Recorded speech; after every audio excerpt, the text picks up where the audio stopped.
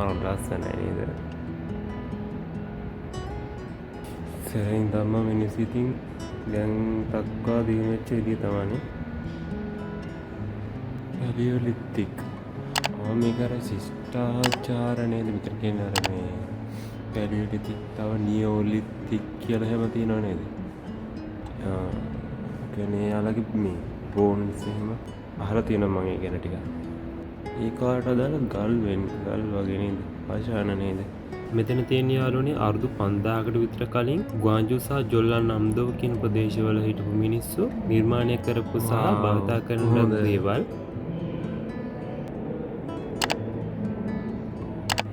මේ තියෙන මං කියවර නියෝලිතික් කියලා එකක් දෙනවා කියලා. නියෝලිතික් period. Banana used daily necessities from 5000 years ago. ඉතින් යාළුවනේ මෙතන පැරණි ගල් යුගයේ ඉඳලා සාමාන්‍ය ගොවි යුගයකට වගේ පත් වුණු විදිය ගැන අදහසක් ගන්න පුළුවන් දේවල් තමයි තියෙන්නේ. එතකොට ගල් යුගයේ භාවිතා කර ගල් ආයුධ තමයි පැලියොලිතික් පීරියඩ් එකේදී අපිට බලා ගන්න පුළුවන්. ඊට අමතරව නියෝලිතික් පීරියඩ් එකේදී මේ අය ගොවිතැන සඳහා නිර්මාණය කරපු සහ භාවිතා කරන ලද මැටි භාණ්ඩ ආදී අපිට බලා ගන්න පුළුවන්.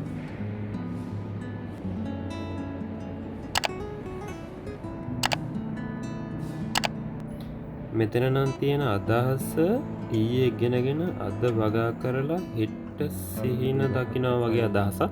ඒ කියන්නේ යාලා ගොවි යුගයේදී ඉස්සරහා ගැන යාලා ඩ්‍රීම් එකක් තිබ්බා වගේ අදහසක් තමයි මේ කියමේ නම් තියෙන්නේ මට තේරෙන විදියට.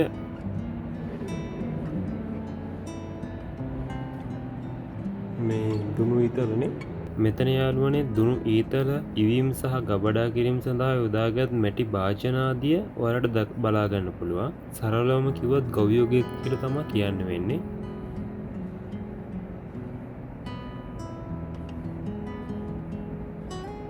මේ තින් දුන්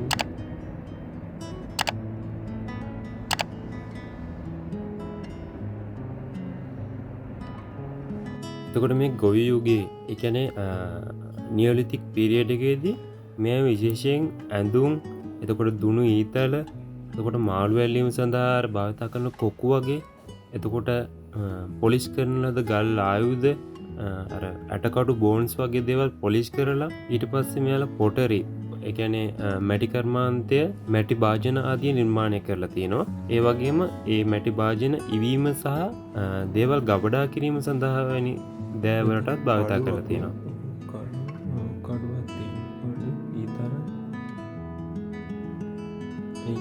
රාජ්‍ය මන් දැකලා තියෙනවා මේක. සෝහන් දෙකක් තමයි කොළ පාටට තියෙන සෝහන් දෙකක්.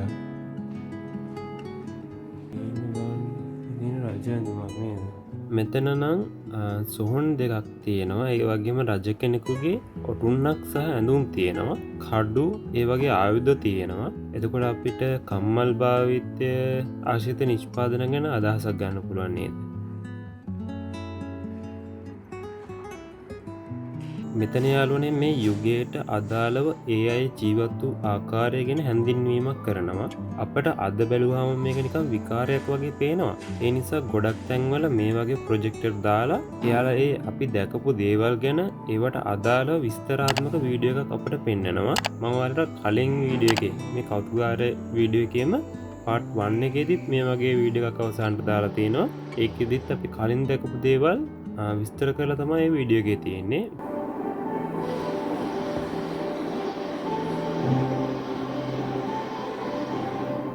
농사를 짓고 이렇게 강에서를 고기도 잡고 바쁩니다.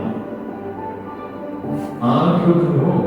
저런 도구들 덕분에 먹을거리 걱정은 없겠군요. 그래도 그것만으로는 안 되지. 산으로 가서 멧돼지나 사슴을 잡아야 합니다.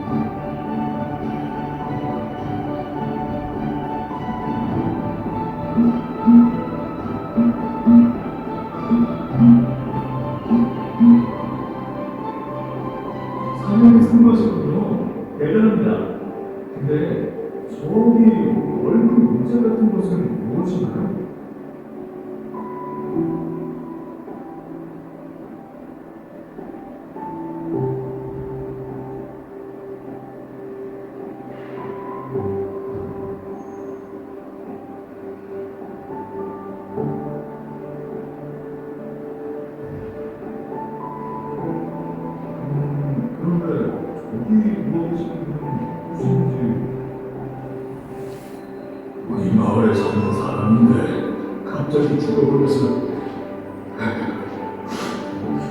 요즘 자꾸 나쁜 일이 생겨서 신에게 빌어야겠다고 생각했지.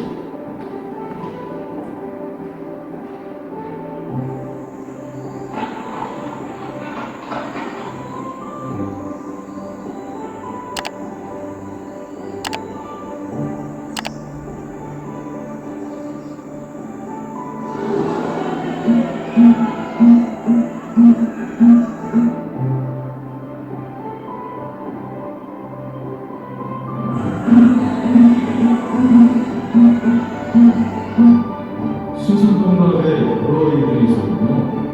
마지막에는 좋은 일들을 기원한 것같다. 그런데 저 사람은 왜 죽었나? 저 여인이 왜 죽었는지 아무도 모릅니다. 그래서 더 슬프지요. 아, 그렇군요. 어쨌든 영국을 펴봅니다.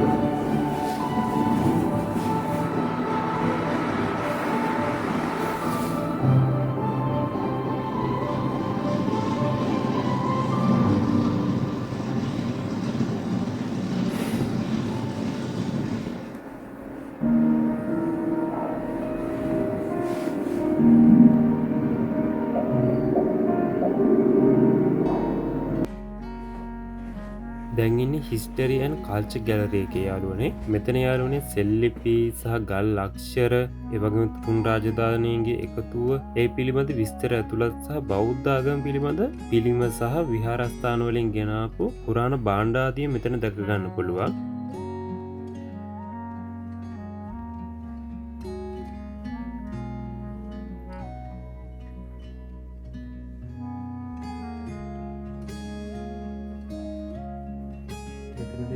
සෙට්ලිපි වගේ දේවල් සෙල්ලිපි ගල්ල කොටපු දේවල් අක්ෂර වගේ දේවල්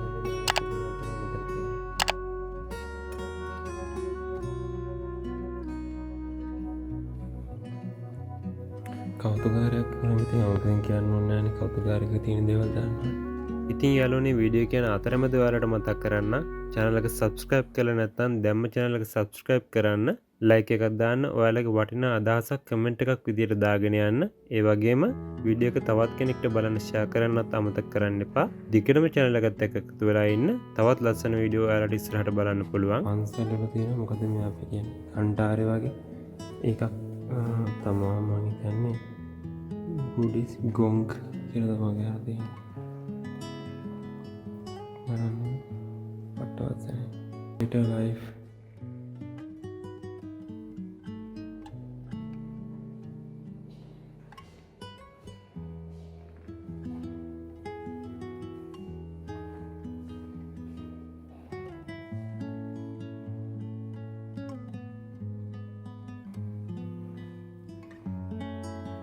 ඒක නේම් එක විදිහට තියලා තියෙන්නේ මේ අයන් බුද්දා කියලා. ඇත්ත තමයි මේ බුදු පිළිමේ අදාළ තියෙන්නේ මේ යකඩ වලින් තමයි. යකඩ මම ඉස්සර දැක්ක නිකන් අර මේ ගල් වගේ කියලා කොන්ක්‍රීට් වගේ කියලා. එහෙම නෙමෙයි. යකඩ තමයි තියෙන්නේ ඇත්තටම. ගොඩක් ලඟුණාම තමයි ඒක පේන්නේ. දුරට පේන්නේ විතර. මේ තියෙන්නේ අර ගන්ටාර වගේ ඒවා. පොඩියට තියෙන රතින් හොල්ලන්න ටගන් කරා ඒත් ගන්ටාර සිස්ටම් එකම තමයි. ඉතින් අර අමිතා බුද්දා කියලා කියන්නේ අමිතා බුද්දා කියලා කියන්නේ මේ බුදු පිළිමයට තමයි. අනිත් එක මේ මට පුළුවන් වුණොත් මම ඔයාලට වීඩියෝ කියන්නේ කරුණු හොයලා වීඩියෝ එකක් කරන්න. මෙයාලගේ දැන් අපි බුද්ධං සරණං ගච්ඡාමි කියලා කියන්නේ ඒ වගේ මෙයාලගේ හරි අමුතු විදිහට තමයි ඒක මේ අර වර්ෂිප් එක කරන්න වන්දනාමාන කරන මේ සවුන්ඩ් එක ඒ ඔරායන් කියන්නේ අර මේ ඒකර ගීතේ කියන නාද රටාව යන්නේ හරිම අමුතු විදිහට. ඒක මාර ලස්සනයි ඔලුවට වදිනවා. මමට මේ ඒ ගැන වීඩියෝ එකක් කරන්න කොහොම හරි මේ ඒක හරි අමාරුයි පන්සල් වලනේ තියෙන්නේ.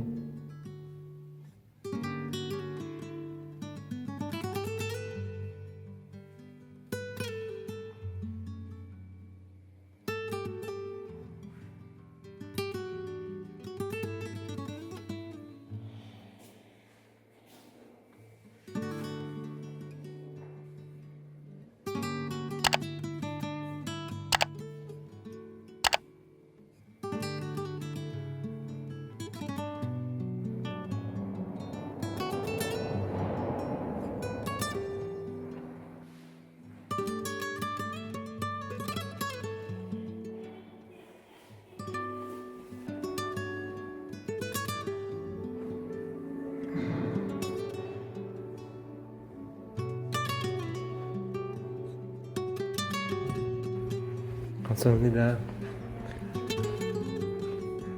감사합니다.